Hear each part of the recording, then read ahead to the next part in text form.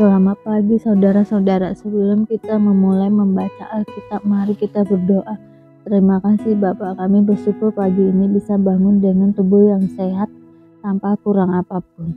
Sebelum kami melakukan aktivitas hari ini, kami rindu untuk membaca Alkitab Tuhan, untuk melandasi hidup kami dengan kebenaran-Mu. Oleh sebab itu kami semakin hari semakin berkenan di hadapan-Mu Tuhan. Urapilah setiap kami Tuhan, di dalam nama Tuhan Yesus. Haleluya. Amin. Pentabisan Harun dan anak-anaknya. Tuhan berfirman kepada Musa, "Panggillah Harun dan anak-anaknya bersama-sama dengan dia, dan ambillah pakaian-pakaian, minyak urapan, dan lembu jantan korban penghapus dosa, 2 domba jantan, dan bakul berisi roti yang tidak beragi. Lalu suruhlah berkumpul segenap umat ke depan pintu kemah pertemuan." Musa melakukan seperti yang diperintahkan Tuhan kepadanya. Lalu berkumpullah umat itu di depan kemah pertemuan.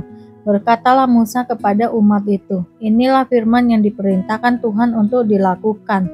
Lalu Musa menyuruh Harun dan anak-anaknya mendekat, dan dibasuhnyalah mereka dengan air.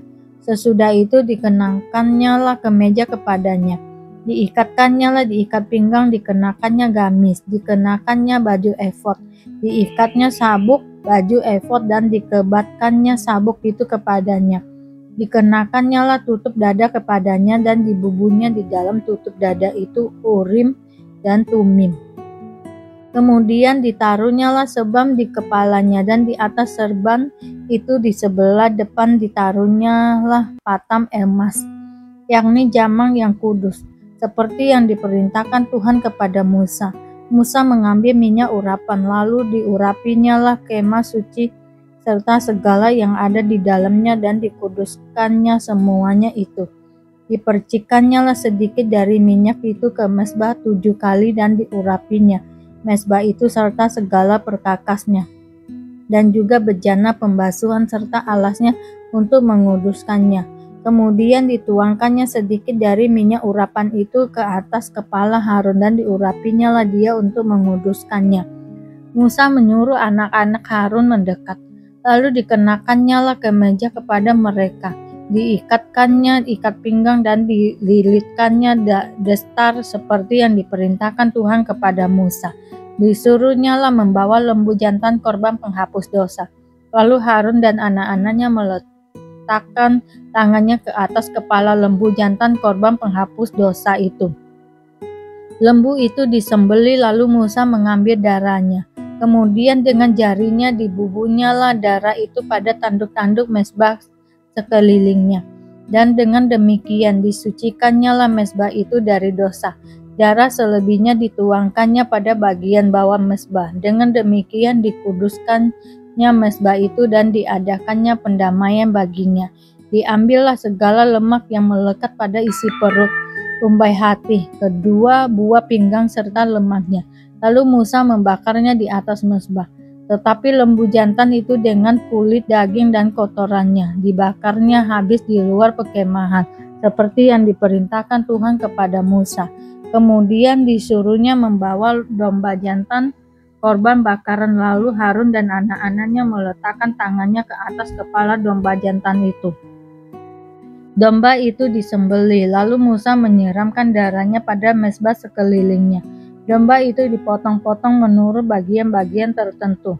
Lalu Musa membakar kepalanya dan bagian-bagiannya dan lemaknya, tetapi isi perut dan betisnya dibasuh dengan air. Lalu Musa membakar seluruh domba jantan itu di atas mezbah.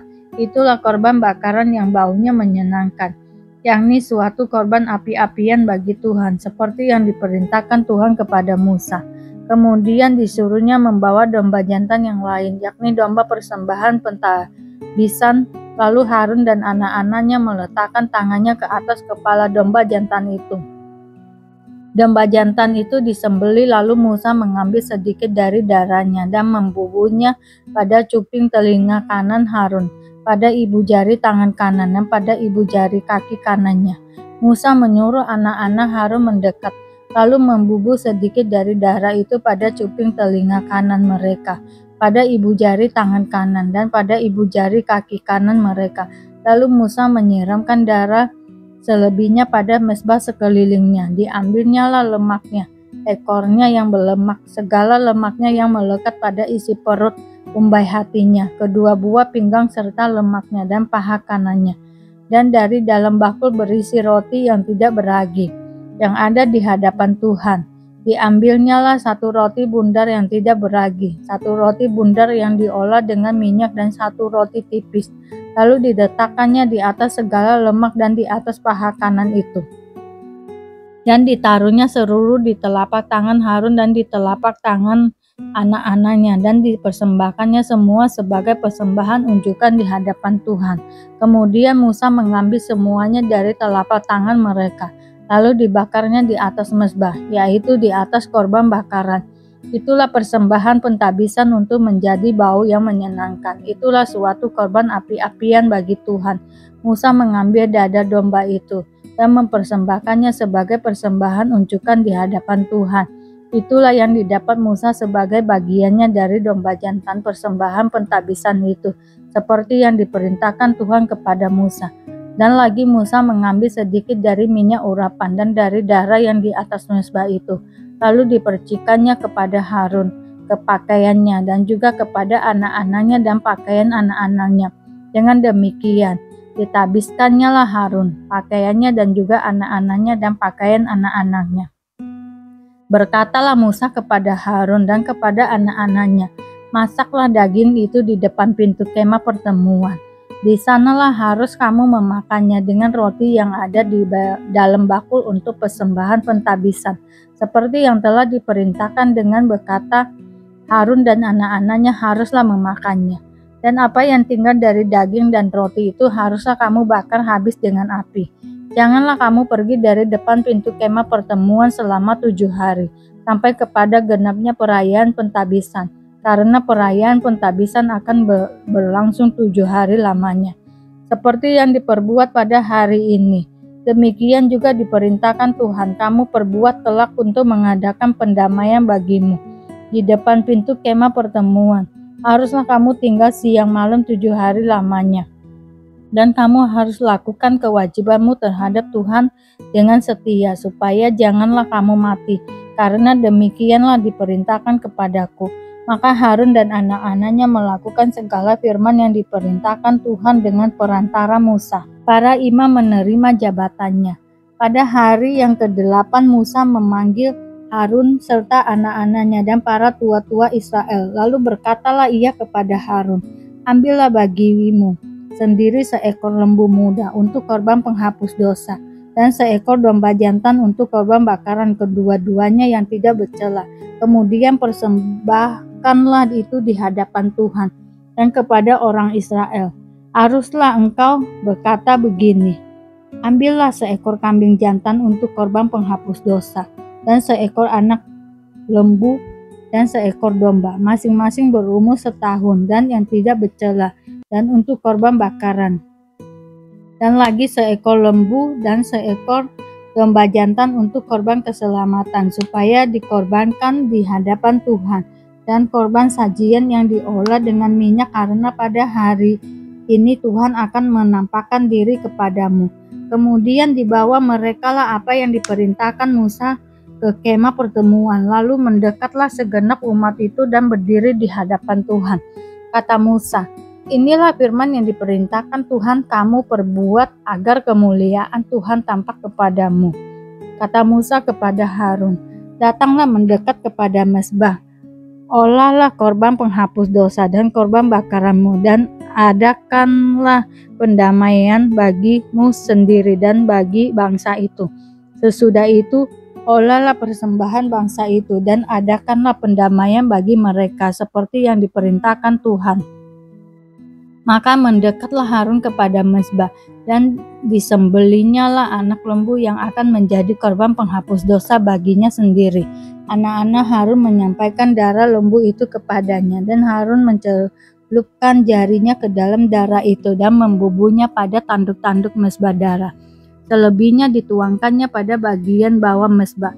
Lemak, buah pinggang dan umbai hati dari korban penghapus dosa itu dibakarnya di atas mezbah, seperti yang diperintahkan Tuhan kepada Musa. tetapi daging dan kulitnya dibakarnya habis di luar perkemahan. Kemudian ia menyembelih korban bakaran.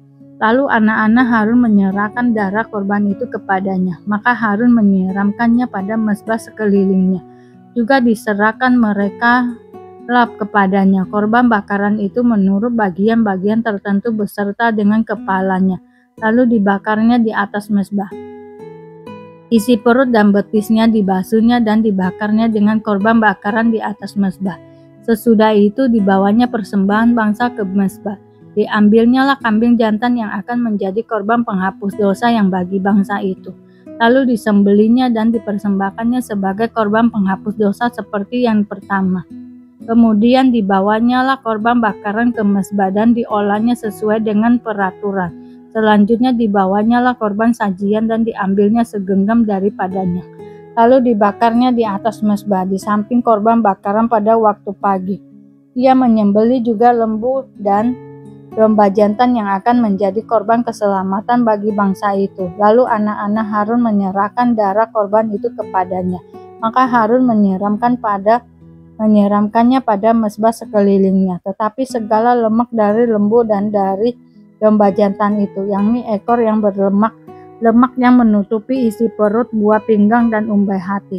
Segala lemak itu diletakkan mereka di atas dada. Kedua korban itu lalu Harun membakar segala lemak itu di atas mezbah. Dada dan paha kanan itu dipersembahkan Harun sebagai persembahan unjukan di hadapan Tuhan, seperti yang diperintahkan Musa. Harun mengangkat kedua tangannya atas bangsa itu, lalu memberkati mereka. Kemudian turunlah ia setelah mempersembahkan korban penghapus dosa, korban bakaran, dan korban keselamatan. Masuklah Musa dan Harun ke dalam kemah pertemuan. Setelah keluar, mereka memberkati bangsa itu. Lalu tampaklah kemuliaan Tuhan kepada segenap bangsa itu.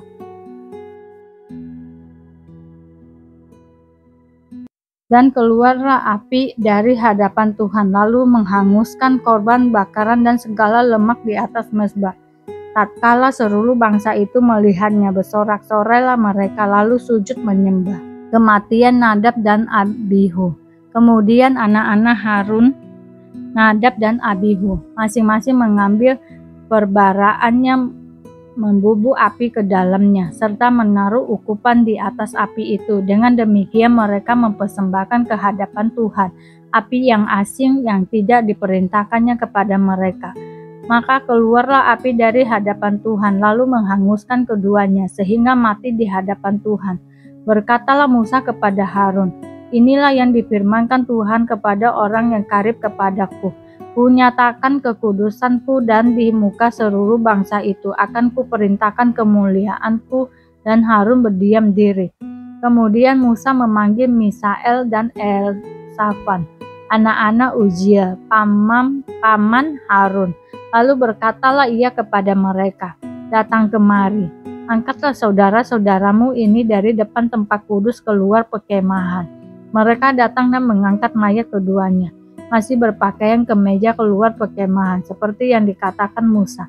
Kemudian berkatalah Musa kepada Harun dan kepada Eliezer dan Itamar, anak-anak Harun, "Janganlah kamu berkabung dan janganlah kamu berduka cita, supaya jangan kamu mati dan jangan Tuhan memurkai segenap umat ini, tetapi saudara-saudaramu, yaitu seluruh bangsa Israel.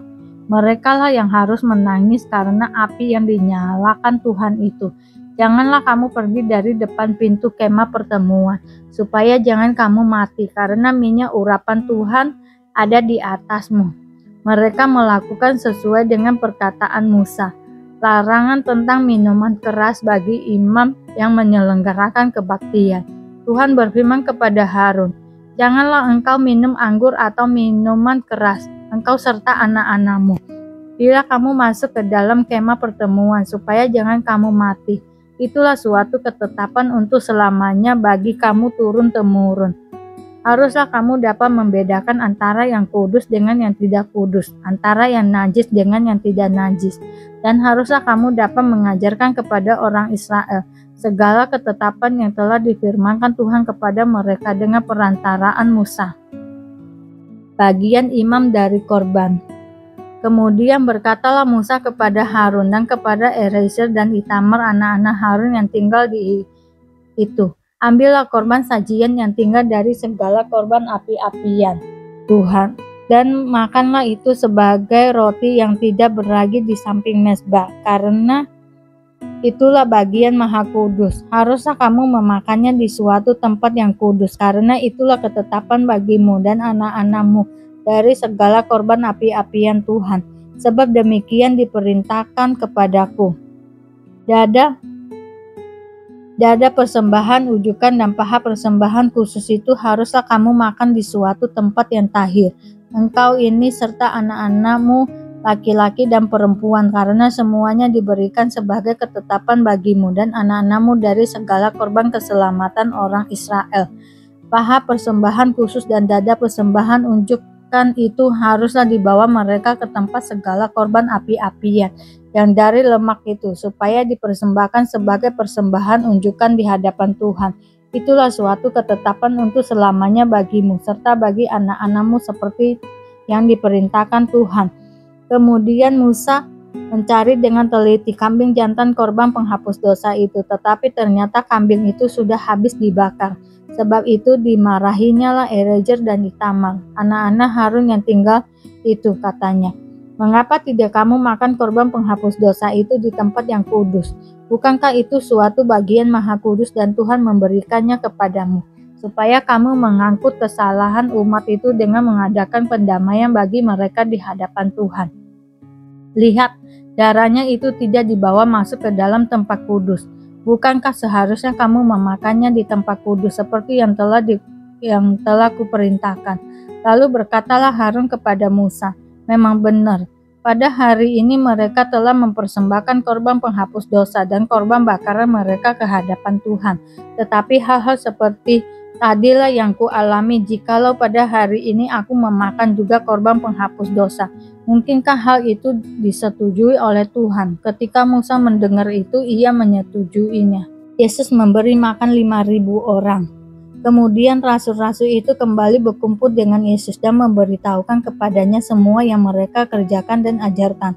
Lalu ia berkata kepada mereka, marilah ke tempat yang sunyi, supaya kita sendirian dan beristirahatlah seketika. Sebab memang begitu banyaknya orang yang datang dan yang pergi, sehingga makan pun mereka tidak sempat. Maka berangkatlah mereka untuk mengasingkan diri dengan perahu ke tempat yang sunyi. Tetapi pada waktu mereka bertolak, banyak orang melihat mereka dan mengetahui tujuan mereka. Dengan mengambil jalan darat, segeralah datang orang dari semua kota ke tempat itu sehingga mendahului mereka. Ketika Yesus mendarat, ia melihat sejumlah besar orang banyak. Maka tergeraklah hatinya oleh balas kasihan kepada mereka, karena mereka seperti domba yang tidak mempunyai gembala. Lalu mulailah ia mengajarkan banyak hal kepada mereka. Pada waktu hari sudah mulai malam, datanglah murid-muridnya kepadanya dan berkata, tempat ini sunyi dan hari sudah mulai malam. Suruhlah mereka pergi, supaya mereka dapat membeli makan di desa-desa dan di kampung-kampung di sekitar ini. Tetapi jawabnya, kamu harus memberi mereka makan, kata mereka kepadanya. Jadi haruskah kami memberi roti seharga 200 dinar untuk memberi mereka makan? Tetapi ia berkata kepada mereka, berapa banyak roti yang ada padamu? Cobalah periksa. Sesudah memeriksanya, mereka berkata 5 roti dan 2 ikan. Lalu ia menyuruh orang-orang itu supaya semua duduk berkelompok-kelompok di atas rumput hijau. Maka duduklah mereka berkelompok-kelompok, ada yang 100, ada yang 50 orang. Dan setelah ia mengambil 5 roti dan 2 ikan itu, ia menengadah ke langit dan mengucap berkat, lalu memecah-mecahkan roti itu dan memberikannya kepada murid-muridnya, supaya dibagi-bagikan kepada orang-orang itu. Begitu juga kedua ikan itu dibagi-bagikannya kepada semua mereka. Dan mereka semuanya makan sampai kenyang. Kemudian orang mengumpulkan potongan-potongan roti 12 bakul penuh, selain daripada sisa-sisa makan. Yang ikut makan roti itu ada 5.000 orang laki-laki. Yesus berjalan di atas air. Sesudah itu Yesus segera memerintahkan murid-muridnya naik ke perahu dan berangkat lebih dulu ke seberang, ke Betsaida. Sementara itu ia menyuruh orang banyak pulang. Setelah ia berpisah dari mereka, ia pergi ke bukit untuk berdoa. Ketika hari sudah malam, perahu itu sudah di tengah danau, sedang Yesus tinggal sendirian di darat. Ketika ia melihat betapa payahnya mereka mendayung karena angin sakal, maka kira-kira jam 3 malam ia datang kepada mereka berjalan di atas air dan hendak melewati mereka.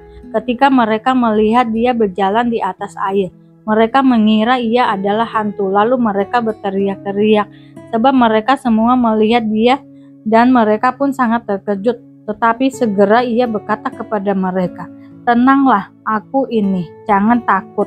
Lalu ia naik ke perahu mendapatkan mereka dan angin pun redalah. Mereka sangat tercengang dan bingung.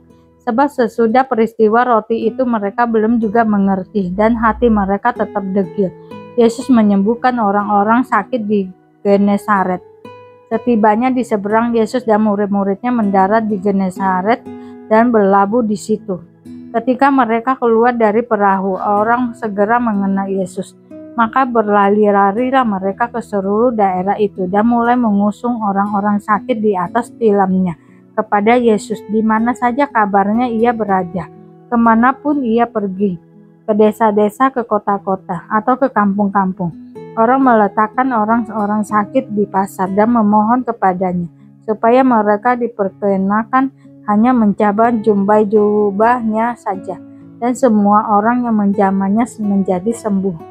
Terima kasih Bapak untuk hari ini, sehingga kami dapat membaca Alkitab-Mu Tuhan. Mari doa Bapa kami. Bapa kami yang di surga, dikuduskanlah nama-Mu, datanglah kerajaan-Mu, jadilah kehendak-Mu di bumi seperti di surga. Berikanlah kami pada hari ini makanan kami yang secukupnya, dan ampunilah kami akan kesalahan kami, seperti kami juga mengampuni orang yang bersalah kepada kami. Dan janganlah membawa kami ke dalam pencobaan, tetapi lepaskanlah kami daripada yang jahat, karena Engkaulah yang mempunyai kerajaan dan kuasa dan kemuliaan sampai selama-lamanya. Terima kasih Bapa. Kami selalu bersyukur atas apapun Tuhan berikan hidup kami. Engkau tidak pernah meninggalkan kami ya Bapa. Hidup kami akan senantiasa berkecukupan di dalam-Mu. Di dalam nama Tuhan Yesus kami berdoa dan mengucap syukur. Amin, amin, amin. Tuhan Yesus memberkati.